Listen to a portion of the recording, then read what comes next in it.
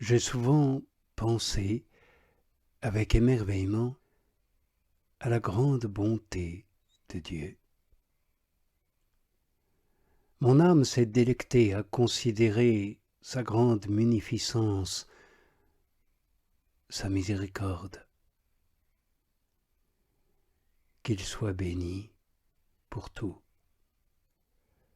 car j'ai clairement vu qu'il n'a jamais manqué de me payer, même en cette vie, toute bonne aspiration. Pour misérables et imparfaites que fussent mes actions, ce mien, Seigneur, les amendait peu à peu. Il les perfectionnait, leur donnait de la valeur, et il cachait immédiatement mes fautes et mes péchés. Oui, Sa Majesté permet que même les yeux qui les ont vus soient aveuglés, et il les efface de leur mémoire. Dieu dore les fautes et fait resplendir une vertu qu'il a lui-même déposée en moi, en me faisant, à peu de choses près, violence pour que je l'accepte. Oh mon Seigneur, que tu es bon, sois béni à jamais. Que toutes les créatures te louent, mon Dieu, de nous avoir tant aimés que nous puissions en vérité parler de cette communication que tu établis avec les âmes, même pendant cet exil. À l'égard de celles qui sont bonnes, c'est déjà grande largesse et magnanimité. Alors que dire de ta miséricorde à l'égard des âmes qui sont mauvaises? Digne de toi, mon Seigneur, tes dons sont à la mesure de ta grandeur. Ô largesse infinie, que magnifiques sont tes œuvres.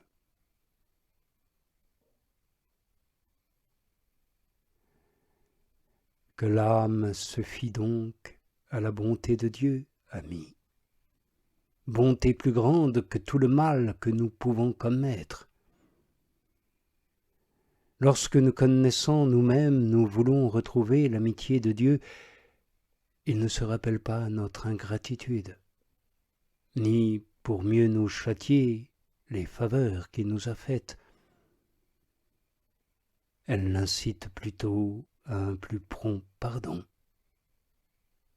Il nous traite en gens de sa maison qui, comme on dit, ont mangé son pain. Rappelez-vous, amis, ces paroles, et considérez bien ce qu'il a fait pour nous. Jamais il ne se lasse de donner, de pardonner. On ne peut épuiser ses miséricordes. Ne nous lassons donc pas, nous, de demander et de recevoir. Qu'il soit béni à jamais, et que le louent toutes les créatures. N'aie pas peur, petite âme, c'est moi, nous dit Jésus. Et je ne t'abandonnerai pas, ne crains rien.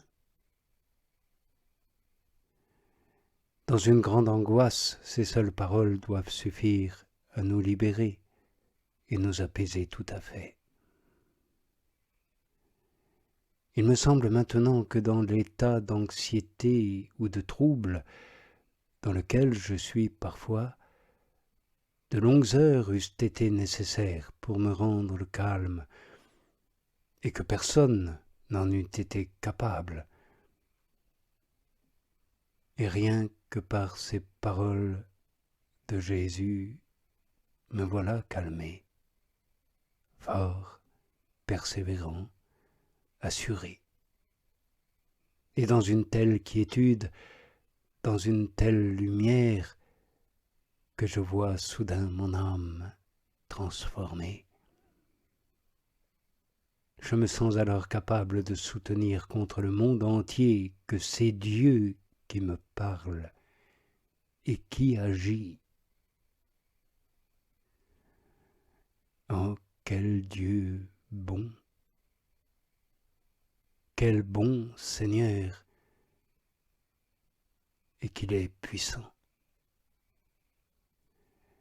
Il donne non seulement le conseil, mais le remède. Ses paroles sont des actes efficaces. Ô Dieu secourable, comme il fortifie la foi et augmente l'amour.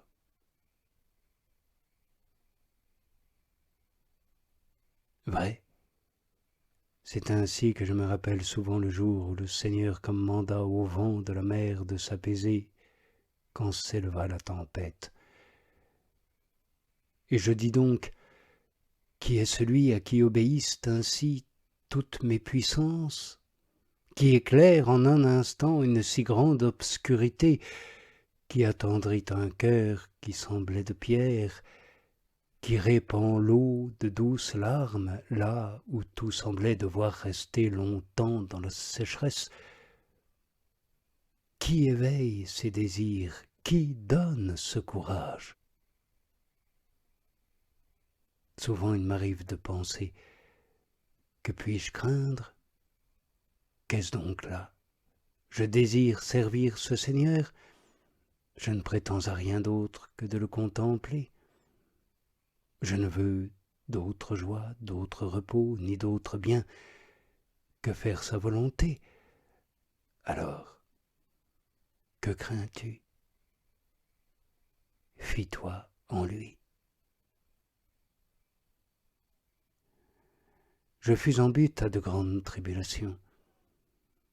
Tout le monde à peu près médisait de moi, j'avais donc de fréquents sujets d'affliction et d'inquiétude. Le Seigneur me dit alors, que crains-tu? Ne sais-tu pas que je suis tout-puissant?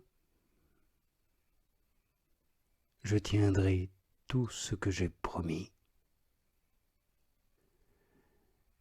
Et ces paroles m'infusèrent une telle force que j'aurais été, me semble-t-il, capable d'entreprendre des choses encore plus éprouvantes pour servir Dieu et à endurer de nouvelles souffrances.